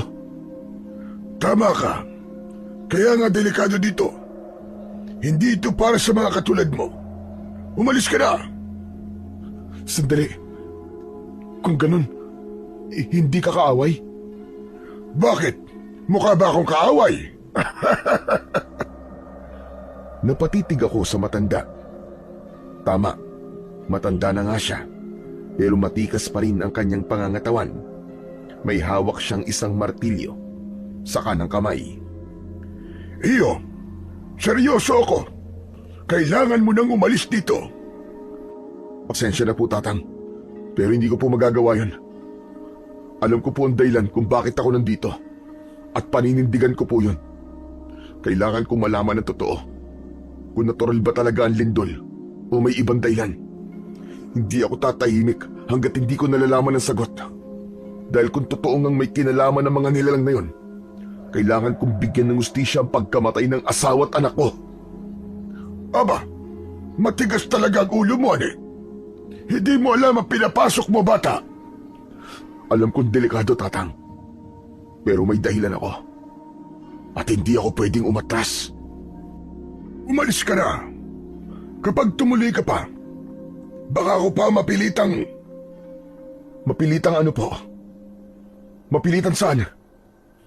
Mapipilitan ako saktan ka at kalad-kaling ka pa uwi sa baryo. Magdudulot ng dilubyo ang pagsugod mo dito. Kung gusto mo akong saktan, Tatang, gawin mo. Pero hindi mo ako mapipigilan. Lalo na kung tatakbo ako na mabilis katulad dito. Humakbang ako palayo. Pero bago pa man ako makatakbo ng mabilis, ay biglang may malakas na sigaw kaming narinig sa di kalayuan. Roldan! Roldan, tulong! Tulong! Nangunot ang noo ko ng mga oras na yon. Agad kong nilingon ang direksyon ng boses. Di ako maaaring magkamali. Si Paeng yun. Anak ng teteng, meron pang isa. Si Paeng po yun. Siguro po sinundan ako. Kailangan ko siyang puntahan. Naku naman talaga. Ang titigas ng ulo nyo. Wala kayong takot sa kamatayan. Marami pang sinasabi ang matandang weirdo, pero hindi ko na siya pinakinggan. Mabilis akong tumakbo papunta sa direksyon kung saan ko narinig ang sigaw. Maya-maya pa ay narinig kong may mga yapak na sumusunod sa akin. Paglingon ko, nakasunod si Mang Tiburcio. Paglapit namin, tumambad sa aming paningin si Paeng. Pinalilibutan ito ng 3 mababangis na aso. Hindi sila mga normal na aso. Malalaki sila, halos kasing laki ng isang bagong panganak na baka, at mapupula din ang kanilang mga mata. May tumutulong laway sa bibig nito na punong-puno ng matatalas na pangil. Diyos ko po, anong mga yan? Nang marinig ang aking boses, biglang napalingon sa akin si Paeng. Ay, salamat sa Diyos! Dumating ka! Tulungan mo ako, tol! Kanina pa ako pinagtitripan ng mga aso ni Lucifer! Hindi ko na inisip ang takot. Agad akong lumapit at hinampas ang isa sa mga yon ng hawak kong sanga. Chu! Chu, alis ka dyan! Alis dyan! Pero imbis na umatras, mas lalo pa silang nagalit. Umalulong sila ng sabay-sabay. Hinampas ko ulit ang isa, pero parang bakal ang katawan. Ang isa naman ay umatras sandali, tapos biglang sumugod. Napaatras ako nang makita kong papasugod dito sa akin. Tumalon yung aso at muntik na akong kagatin. Pero bigla na lang may humarang sa pagitan namin. Ikaw? Nakita kong kagad niyang iniamba ang hawak niyang martilyo sa aso. Nanlaki ang aking mga mata nang makitang biglang lumaki ito ng doble at may kakaibang kinang na parang ginto. Nang iniamba niya yon, kumislap ang ulo ng martilyo. Malakas na inihampas ng matandang lalaki ang martilyo sa ulo ng aso. Sa isang iglap ay sumabog ang bungo ng aso. Agad na kumalat ang dugo sa lupa. Ang aso bumagsak ng walang buhay. Nanlaki ang mga mata ko. Ganon din si Paeng, na halos hindi makapaniwala sa nakita. Yung 2 aso na paatras, tila natakot sa kanilang nakita. Bumahag ang kanilang mga buntot bago biglang nagtakbuhan palayo, papasok sa ibang bahagi ng gubat. Anong klaseng tao ka? Mabuti pang wag mo nang alamin. Ang mahalaga, buhay at ligtas kayong 2 na kaibigan mo. Mang Tiburcio, kayo po yan. Naku, maraming salamat po. Salamat po, tiniltas niyo po ako. Utang ko po sa inyong buhay ko. At sa akin, ha? Hindi ka ba magpapasalamat? Siyempre, magpapasalamat din ako sa iyo, Chong. Pero, kung hindi kasi dahil kay Tatang baka nilapa na tayo ng mga hayop na yon. Mabuti na lang pala at sumunod ako dito. Kung nagtagal ako, o kung hindi pala ako sumunod, baka pareho na kayong pinulutan ng mga asong yon. Tatang, salamat po Pero, ano ba talaga yung mga asong yun? Hindi normal ang itsura nila Para silang mga asong gubat. Pero may halong, ewan, parang galing sa impyerno. Parang mga demonyo. Tama ka. Hindi sila pangkaraniwang hayop. Mga alaga yun ng mga nilalang na nagkukubli dito sa gubat. Mga tagapagtanggol ng kanilang teritoryo. Pero, bakit po ako ang inatake? Wala naman po akong ginagawa sa kanila. Dahil trespasser ka. Ang mga nilalang dito, mararamdaman nila kapag may taong pumapasok sa lugar nila. Akala nila banta ka. Kaya wag na kayong babalik dito kung ayaw nyo matulad sa ibang hindi na nakalabas pa. Napatingin ako sa labi ng asong pinaslang ni Tatang. Unti-unting natutunaw ang laman nito hanggang sa naging abo na lang ang natira. Nakakakilabot. Tatang, pakiusap. Sabihin niyo naman po sa akin kung ano ba talaga ang meron dito sa gubat. Mukhang marami po kayong alam tungkol dito O sige, yaman din namang makukulit kayo. Sasabihin ko na sa inyo. Pero dun tayo sa kubo ko, Hindi tayo pwede magtagal dito dahil aluman sandali ay babalik sila para ipagiganti ang kanilang kasama. Agad kaming naglakad papalayo sa lugar na yon. Sinundan namin ang matandang lalaki, pauwi sa kanyang kubo. Dumaan muna kami sa masukal at makipot na daan. Ilang sandali pa, ay tila ba nainip na si Paeng. Tatang, malayo pa ba tayo? Konti na lang, malapit na tayo. Basta't sumunod lang kayo sa akin para hindi kayo maligaw. Medyo malayo-layo din ang nilakad naming tatlo. Pawisan at hingal na kami ni Paeng. Pero makaraan ang ilang minuto. Sa wakas ay may nakita na kaming kubo. Gawayan sa kawayan at pawid. Sa bakuran nito ay nakatanim ang napakaraming mga halaman. Karamihan sa mga halaman sa paligid ay mga halamang gamot. May lagundi, sambong at iba pa. Pero may biglang nakaagaw ng aking pansin. Ito ay ang mga tulos ng kahoy na nakapalibot sa buong bahay. Matatalas ang dulo ng mga ito, para bang mga sibat na nakabaon sa lupa. Paikot sa kubo na para bang bakod laban sa mga kung anong nilalang na gustong pumasok. Halina kayo, pumasok kayo sa bahay ko. Oh, pasok daw pre. Ikaw muna. Ikaw ang pasimuno eh. Sinundan lang naman kita eh. Duwag ka talaga. Di na baling duwag. Wala akong tiwala sa matanda na yan. Baka mamaya, siya yung mangkukulam na sinasabi eh. Ikaw ang praning-praning mo talaga. Eh kung iniisip mong ganyan siya, bakit pa tayo sumunod dito? Abay, hindi ko alam. Sumunod ka eh. Kaya sumunod na rin ako. Ayokong mag-isa ulit sa gubat na to, no? Napakamot ako sa ulo sa kakulitan ng kasama ko. Maya-maya pa ay nasa bahay na si Mang Tiburcio at muli kaming tinawag. Ano pa bang hinihintay niyo dyan? Pasko! Pumasok na kayo dito at nang mapag-usapan na natin kung ano ang gusto niyo malaman. Kailangan natin bilisan dahil gusto ko na magpahinga. Sige po. Papasok na po kami, Tatang. Huy! Sigurado ka ba dyan? Oo naman. Kaya halika na, nang matapos na. Pagpasok namin sa loob, ay nakita naming nasa harap ng isang maliit na altar ang matanda. Nagsisindi ito ng kandila, tapos ay naglagay ng nagbabagang uling sa isang mangkok na gawa sa aluminum. Nang matapos, maipwesto ito sa harap ng mga santo. Kanya itong dinasalan. Saka siya naglagay ng insenso. Agad kumalat ang amoy ng insenso sa loob ng kubo. Ang kasama kong si Paeng, halos masamid sa amoy na yon. Ang baho! Ano ba yung amoy na yun? Ano ka ba, insenso lang yun? Hindi mo ba alam ang insenso? Hindi. Yan na napapala mo. Palibasa hindi ka nagsisimba eh.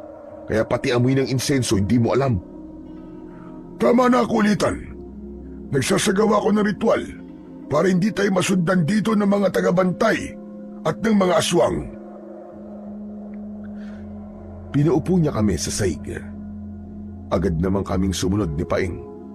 Hindi ako mapakali. Tatang, sabihin niyo na po sa akin kung anong kailangan kong malaman para matahimik na po ako. Tama ang kutob mo.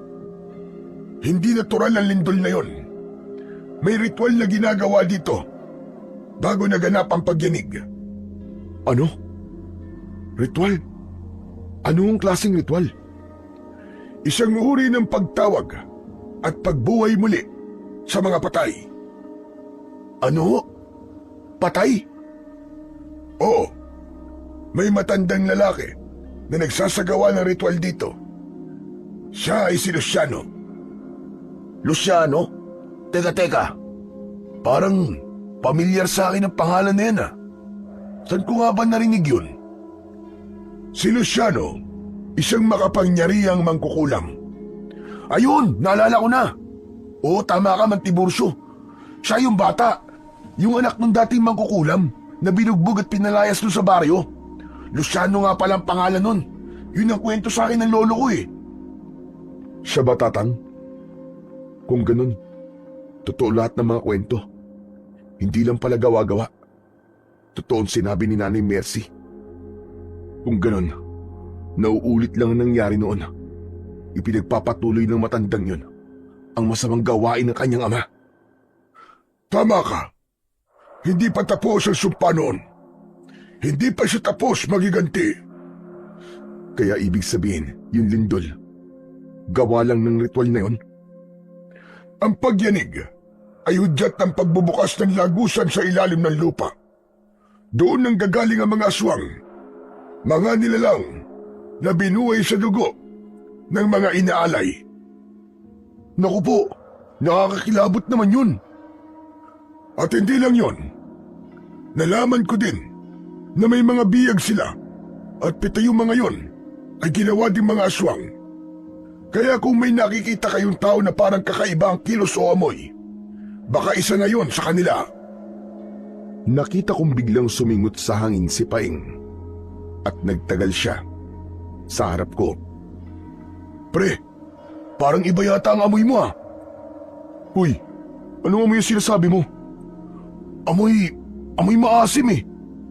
Sos, si Raulo, ako pa ang sinabihan mo maasim ha? Ikaw nga itong may putok. Tama na ang biruan yung dalawa. Seryosohin niyo ang mga sinasabi ko. Dahil kapag hindi napigilan ang mga alagad ni Luciano, maaari nilang masakop ang buong baryo. Lahat ng tao roon ay malalasap ang paghihiganti niya. Ikaw kasi, anong ako? Lumayo-layo ka nga sa akin. Pati ako nadadamay sa pamimiloso po mo eh. Hindi ko alam kung ano ang mararamdaman ko sa mga oras na yon.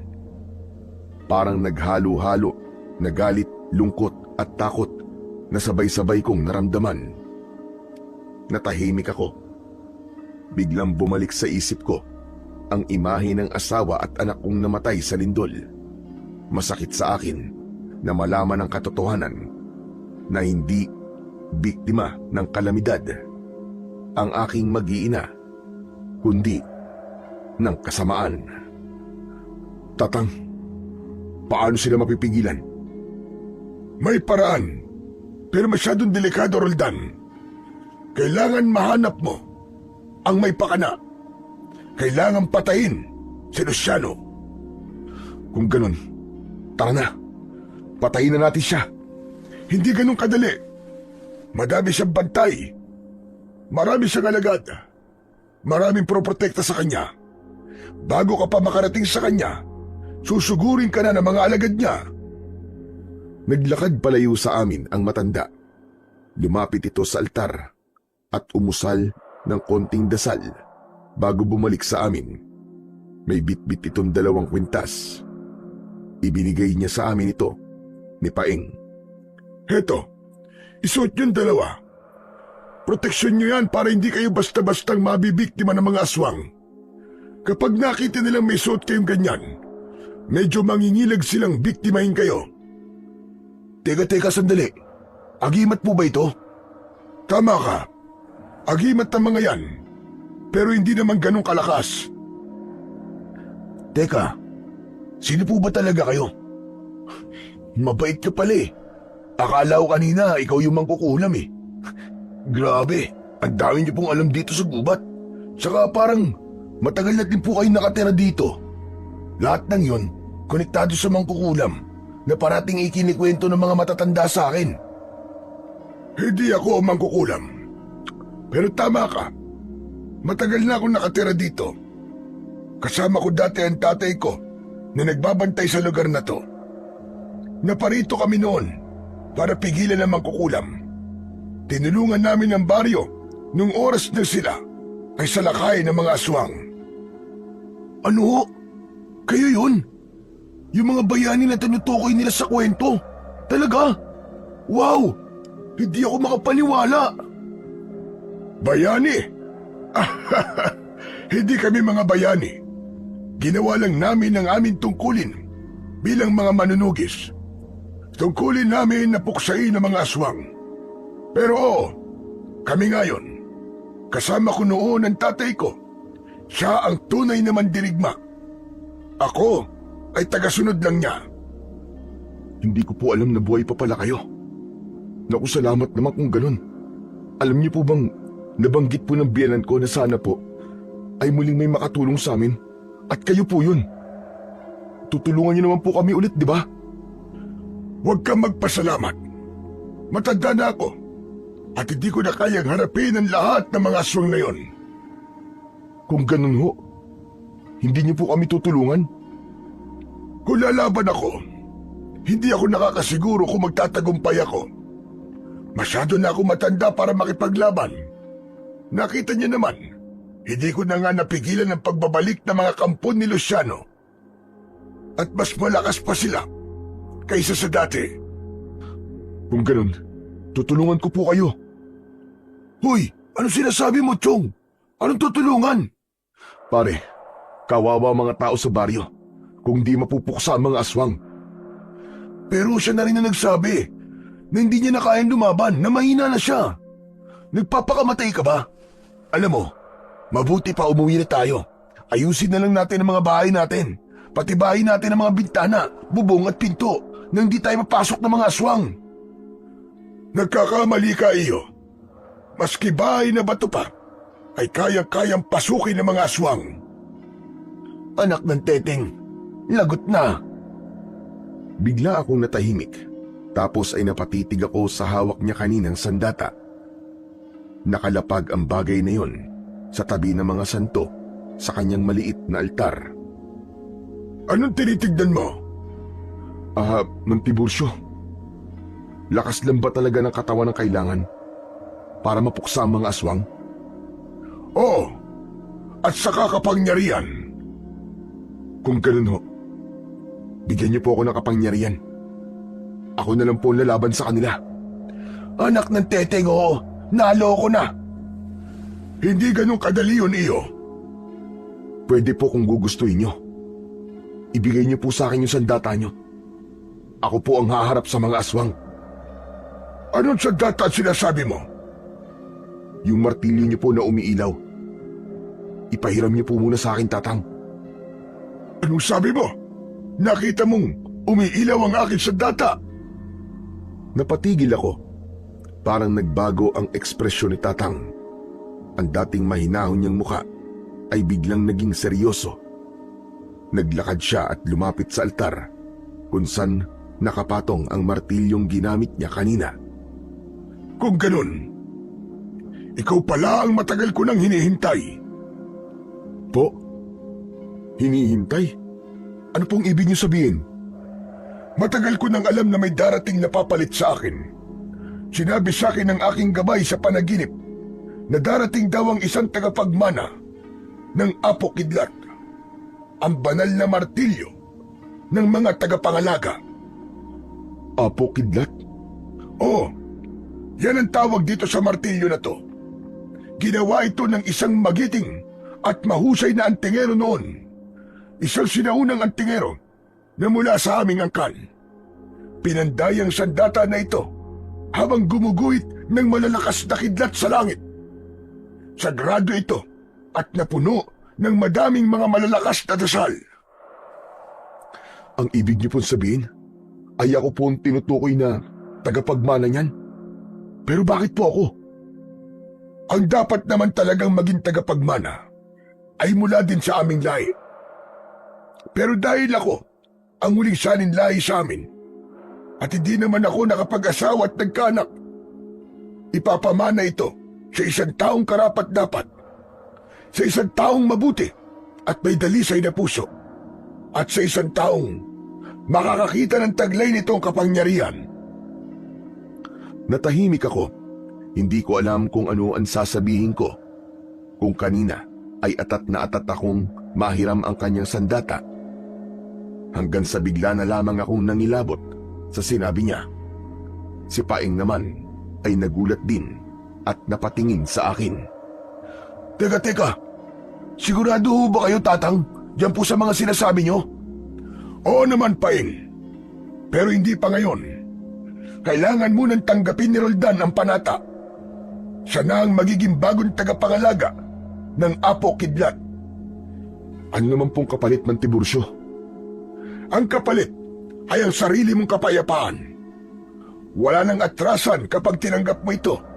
Habang buhay mo nang dala ang responsibilidad at tungkulin bilang isang tagapangalaga, hindi ka na magiging karaniwang tao lang. Sige ho. Buong puso kong tatanggapin ang hamon na yan. Kung ito lang ang tanging paraan para matigil lang ang kasamaan ni Luciano. Dahan-dahan niyang inilapit sa akin ng martilyo. Nang hawakan ko ito, bigla kong naramdaman na parang may kuryenteng dumadaloy sa buong katawan ko. Tapos ay may biglang liwanag na sumabog sa harap ko. Bigla akong napatakip sa aking muka. Dahil sa pagkasilaw, mabilis din namang nawala ang liwanag. Dahan-dahan kong inalis ang kamay ko sa aking muka at saka iminulat ko ang aking mga mata. Biglang sumigaw si Paeng. Pare, ang mga mata mo! Nagliliwanag! Hindi ko nagawang makapagsalita ng oras na yon kasi biglang may nakita akong mga imay, mga mandirigmang nakasuot ng kakaibang baluti. Hawak nila ang apo kidlat. Nakita ko silang nakikipaglaban sa mga nilalang na may nakakatakot na anyo. Ipinakita sa akin ng liwanag na yon ang mga nakaraang tagapangalaga. Pagkatapos nun, biglang bumigat ang katawan ko. Nanghina ako at napaupo sa sahig. Agad na lumapit si Paeng at inalalayan ako. Tatang! Ano po nangyayari sa kaibigan ko? Normal lang yan. Ganyan talaga ang nangyayari sa unang pagtatagpo ng katawan at ng kapangyarihan ng agimat.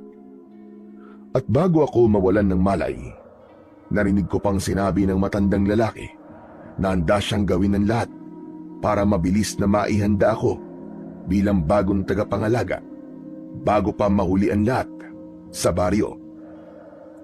Samantala, pagmulat ng mga mata ko, agad kong naamoy ang matapang na halimuyak ng insenso.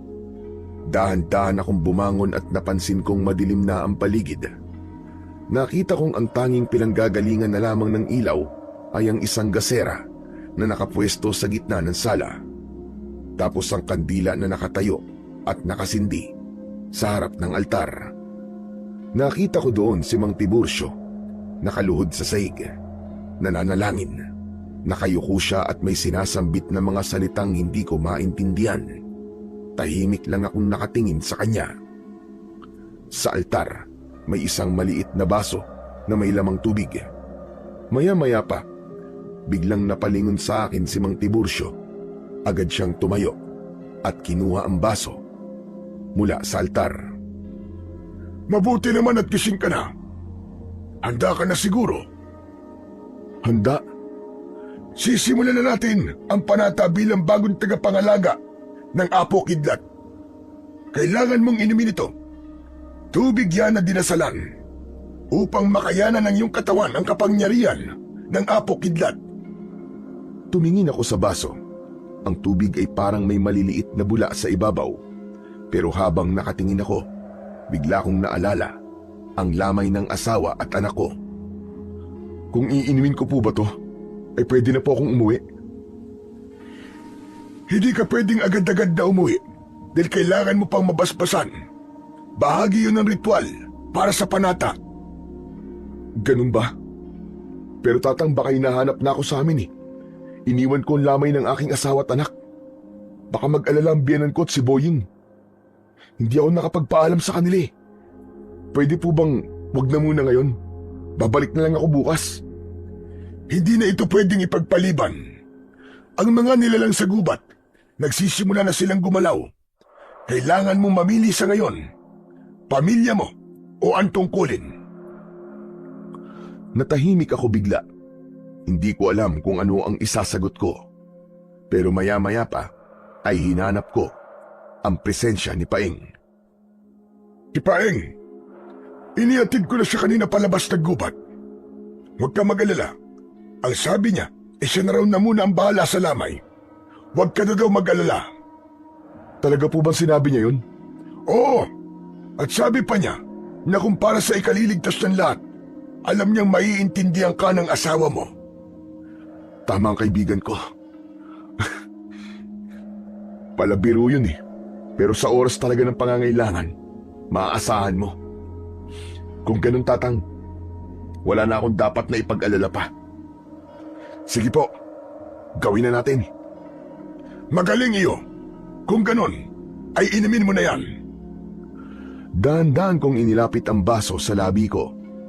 Malamig ang tubig, kahit walang yelo, pero mapakla ng konti. Pagkatapos kong inumin yun, kinuha ni Tatang ang martilyo at inilapag sa harap ko. Lumuhod ka sa harap niya at magsisimula na tayo ng panata. Sumunod ako kay Mang Tiburcio. Muling nagsindi ng insenso ang matanda at inilagay sa harap naming dalawa. Ipinikit niya ang kanyang mga mata. Iyo, ipikit mo ang mga mata mo at ulitin mo ang mga salitang sasabihin ko. Tumango ako. Pinikit ko ang mga mata ko.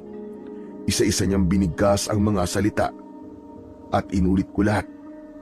Parang isang panunumpa, isang pangakong babantayan ko ang baryo laban sa kasamaan, kahit kapalit pa nito ang sarili kong buhay. Pagkatapos ng dasal, kinuha ni Tatang ang apo kidlat at iniabot sa akin. Simula ngayon, sa iyo na yan. Ikaw na ang bagong tagapangalaga ng apo kidlat. Hinawakan ko ang martilyo. Wala na yung kuryenteng naramdaman ko kanina, pero may kakaibang sigla kong nararamdaman sa katawan ko.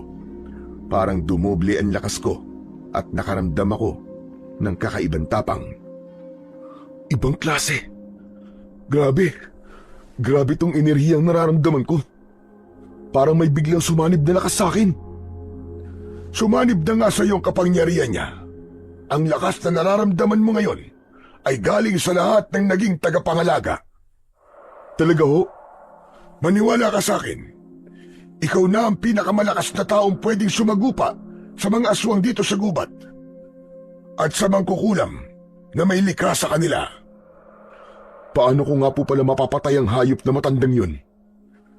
May suot siyang agimat. Doon nagmumula ang lahat na kapangyarihan niya. Kailangan mong makuha yun at durugin. Namangha ako sa sinabing yun ni Mang Tiburcio. Masaya ako na may halong kaba. Buong gabi na hindi ako nakatulog. Buong magdamag na sinabi sa akin ng matanda ang tungkol sa apo kidlat, kung paano ito ginagamit na sandata pampatay sa mga aswang. Binalaan din niya ako tungkol sa maling paggamit at kung ano ang mangyayari kung aabusuhin ito at gagamitin lang sa pansariling kapakanan. Lahat ng sinabi niya ay tinandaan ko at nangako ko sa kanyang magiging tagapangalaga ako tulad niya. Nang matapos ang panata at ilang paalala, nagsabi na din siya na kailangan niya ng mamahinga. Pagsapit ng alas 5 ng umaga, nang magising ang matanda, ay kusa na itong nag-alok at nagsabing kailangan ko nang umuwi sa aking pamilya. Maraming salamat po sa lahat, Mang Tiburcio. Hindi ko po akalaing sa simpleng pagkaligaw ko po dito sa gubat ay magiging tagapangalaga ako ng isang makapangyarihang sandata. Walang anuman iyo. Alam mo, hindi ka naman talaga naligaw. Nakatadhana lang talaga ang pagpunta mo rito dahil ikaw ang siyang tunay na tagapagmana. Kaya pagbutihan mo. Pagkatapos po ng libing ng asawa ko, saka po ako magpaplanong sumugod sa baluarte ng mga aswang. Sasamahan niyo po ba ako? Oh, Tatang, bakit naman po kayo napabuntong hininga? Wala ito. Huwag ka mag-alala. Magiging kasama mo ko sa lahat ng mga magiging laban mo. Tandaan mo ang boses kong ito, ha? Gagabayan kita at tutulungan kang palagi. Sige po, Mang Tiburcio. Inihatid ako ng matanda hanggang sa bukana ng gubat. Nang marating ko ang baryo, mabilis akong naglakad papunta sa bahay ng aking biyenan. Pagdating ko doon, agad akong sinalubong ni Paing. May dala siyang isang masamang balita. Roldan! Roldan, pasensya na, ha? Si Marta. Ha? Bakit? Ano nangyari dito? Ano nangyari kay Marta? Kasi may mga sumugod na aswang dito kagabi. Dinala nilang bangkay ng asawa mo, Chong. Sinubukan kong pigilan sila pero ang lalakas nila, pare. Muntik pa nga ako mamatay eh. Ano? Bakit naman nila kukunin si Marta? Anong gagawin nila sa asawa ko? Hindi ko alam, pare. Pasensya na talaga. Patawarin mo ko, ha? Wala kang kasalanan, Paing. Mga hayop sila. Pinatay na nga nilang asawa ko tapos kukunin pa nila. Ano pa bang gusto nila? Wala nang nakapagsalita pa. Unti-unti na ring dumami ang mga nakikiusyoso. Humanda sila. Isinusumpa ko. Uubusin ko silang lahat. Isa sa mga kapitbahay ang biglang nagsalita at nagsabing sasama sila sa akin sa pagtugis sa mga aswang. Napatingin ako sa kanila. Nakita ko sa mga mata nila, hindi lang galit, kundi pati ang tapang. Salamat sa inyo. Pero hindi ito basta laban lang. Kung pupunta tayong lahat, nasisiguro kong marami ang masusugatan. At baka may mga mamatay pa. Hayaan nyo na lang ako. Ako na lang ang haharap sa kanila. Hindi, pare. Hindi ka namin iiwan. Kasama mo kami. Sama-sama nating lalabanan ng mga hayop na aswang na yun. Sa pagpilit ni Paing, hindi na ako tumanggi. Makalipas lang ang ilang sandaling pag-uusap at pagpaplano, sama-sama na kaming pumasok sa gubat. Lahat sila ay may kanya-kanyang dalang mga sandata. Habang naglalakad kami, ay may bumulong sa aking tenga. Sinabi nito ang direksyon kung saan kami dapat pumunta. Nagulat na lang ako nang makilala ang pamilyar na tinig na yon. Alam ko na boses yon ni Mang Tiburcio. Sinunod ko ang boses hanggang sa bigla kaming napatigil nang sumulpot sa harap namin ang mga kakaibang aso na ayon kay Mang Tiburcio ay mga bantay. Huwag kayo matakot. Kayang-kaya natin sila. Sama-sama natin silang tatapusing lahat. Sumugod ang mga aso. May ilang natakot. May mga sumalubong. Ginamit nila ang kanilang mga sandata upang kalabanin ng mga asong bantay. Noon ko lang nalaman na mahuhusay din pala sa pakikipaglaban ang aking mga kasama. Ilang sandali pa, nagtagumpay kami. Matapos na mapabagsak ang mga asong bantay, tahimik kaming naglakad habang papalapit kami sa pinakapugad ng mga aswang. Lalong lumalakas ang amoy malansa. Mabaho at amoy na nabubulok na karne. Pagdating namin sa isang maluwag na bahagi ng gubat, napahinto kami. Sa gitna ng nagtataasang mga puno, doon nakatirik ang isang kubo at sa labas nun ay may malaking papag o lamesa kung saan nakahiga ang asawa kong si Marta. Demonyo ka! Anong gagawin mo sa asawa ko? Narinig kong tumawa ng mahina ang matanda at tumingin siya sa amin. Bitiwan mo ang asawa ko! Bitiwan mo siya! Ngumisi-ngisi lang ang matandang mangkukulam. Sinabi nitong kung talagang mahal ko raw si Marta, ay sundan ko na ito sa impyerno.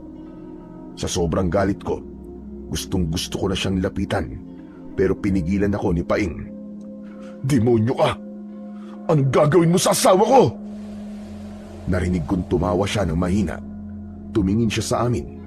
Nagulat ako sa kanyang itsura. Ang balat niya ay naging kulubot na parabang pinatuyo sa araw. Puti na ang kanyang buhok. At ngumiti siya. Nakita namin ang matatalim niyang mga pangil. Bigla niyang itinaas ang kamay niya. May binigkas pa siyang salita na hindi ko maintindihan. Maya-maya pa ay narinig na namin ang mga ungol na parabang galing sa ilalim ng lupa. Bigla ding naging mabaho ang amoy ng paligid. Lumitaw ang mga patay. Gumagalaw sila kahit mga naaagnas na o maski buto na lang ang natira. Tapos mula sa loob ng kubo ay lumabas ang ilang mga aswang. Ang dami nila! Anong gagawin natin? Hindi na tayo pwedeng umatras. Pero mamamatay tayo dito, tol. Mamamatay din tayong lahat kung di tayo lalaban. Sasakupin nila ang baryo. Ramdam ko ang panginginig ng aking mga kamay habang hawak ang martilyo na ipinagkaloob sa akin ni Mang Tiburcio. Hinanap ko siya, pero hindi siya nagpakita. Sinubukan kong kumbinsihin ang mga kasama ko, pero ang iba ay natakot na at nagsitakbo. Sumigaw ako ng malakas. Ako na ang unang sumugod. Malakas ang apo kidlat. Talsik lahat ang mga tinatamaang patay na nabuhay, pati na ang mga aswang. Pagkatapos ay natutunaw sila hanggang sa maging abo. Samantala, panay pa rin ang dasal ng matandang mangkukulam. Roldan, paano yan? Parang hindi sila nauubos. Hindi ko inaasahan na magiging ganito kalala ang problema natin, Paing. Pero hindi na tayo pa pwedeng sumuko. Para to sa buong baryo natin. Napatingala ako at nagdasal sa Panginoon. Maya-maya pa ay may bigla kong narinig. Roldan, patayin mo ang mangkukulam. Hinigpitan ko ang hawak sa apo kidlat. Tila nabuhayan ako ng loob. Paing, yung mangkukulam, siyang puntiryain natin. Ha? Paano tayo makakalapit sa kanya? Bahala na. Basta gawa na lang natin ang paraan. Pinilit kong makasugod sa matandang mangkukulam, pero hinarangan ako ng kanyang mga alagad. Pinilit kong labanan ng lahat, at bawat pukpok at palo ko sa mga kalaban, mas lalong lumalakas ang boses sa ulo ko. Tapusin mo na siya, Roldan. Tapusin mo na ang mangkukulam. Para kay Marta, at para sa lahat ng mga sinaktan at biniktima mong hayop ka! Tumalon ako paabante. Itinaas ko ang martilyo at isang kidlat ang diretsyong tumama sa aking sandata.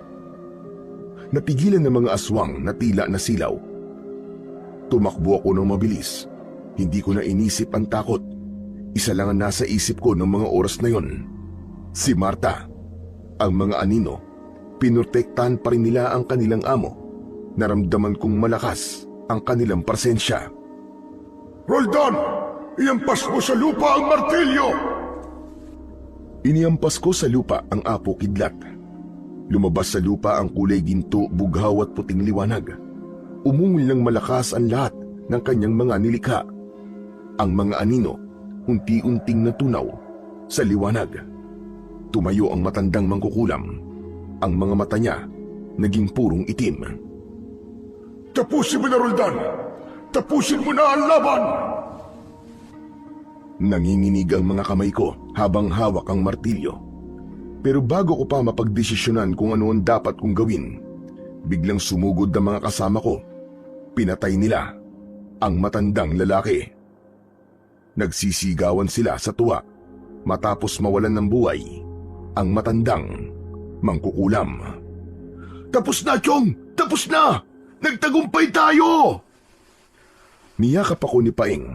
Masayang masaya siya. Ganon din ang aking mga kasama. Ganon din ang nararamdaman ko ng mga sandaling yon. Dahil sa wakas, nabigyan ko na ng hustisya ang pagkamatay ng mga mahal ko. Samantala, pinagtulungan naming iuwi sa baryo ang bangkay ng aking asawa. Nang makita kami ng mga naiwan naming mga kapamilya, tuwang-tuwa sila sa aming naging tagumpay. Kinabukasan, nilibing na rin si Marta at ang aking anak.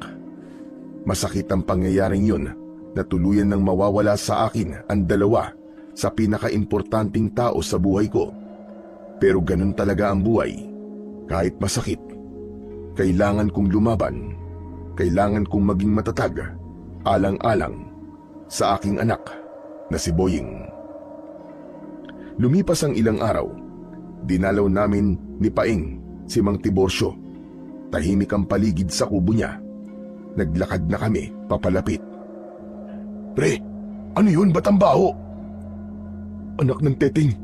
Hindi, si Mang Tiborcio. Mabilis kaming pumasok sa loob ng kubo niya. Pagbukas namin ng pinto, nakita namin na nakaupo siya sa silya. Nakapikit pero hindi na humihinga. Naaagnas na ang katawan niya. May nakita kaming sulat sa tabi niya. Binasa ko ito. Roldan, ang huling bahagi ng ritual ay isang sakripisyo. Kailangan mamatay ang tagapangalaga upang maipasa ang kapangyarihan ng Apo Kidlat sa bagong pinili. Ingatan mo siya ng iyong kapangyarihan. Ipagtanggol mo ang inyong baryo laban sa inyong mga kaaway. Hayaan mo, magpapatuloy ang aking tungkulin sa iyo dahil ako ang magiging gabay mo. Salamat, Mang Tiburcio. Salamat po sa lahat. Matapos yun, ay pinagtulungan naming humukay ng libingan para sa kanya. Inayos din namin ang kanyang bangkay, binalot sa kumot at saka binigyan ng maayos na libing. Samantala makalipas ang ilang araw, nagbayanihan ng buong baryo sa pagtatayo ng mga bagong bahay. Ginamit ko ang Apo Kidlat sa pagpapanday dahil ayon kay Mang Tiburcio na minsang nagpakita sa akin sa panaginip, ay maaari ko itong gamitin sa pagtulong para maging mas matibay ang bawat bahay na gagawin ko. Magiging ligtas din daw ito sa anumang dilubyo na maaaring dumating. Salamat po, Mang Tiburcio. Hindi na po ako natatakot kung sakali mang may dumating ulit na panganib dahil alam kong nariyan ka para gabayan ako. Ngumiti ako. Alam ko na hindi ko na kailangan matakot kailanman dahil ang lakas at liwanag ng Apo Kidlat ay mananatiling buhay sa bawat bahay na itinayo namin. Alam kong magiging ligtas ang lahat at pananatilihin ko ang kapayapaan habang ako ang tagapangalaga ng martilyong ipinagkaloob sa akin ni Mang Tiburcio na dati ring tagapangalaga ng Apo Kidlat laban sa ampon ng kadiliman.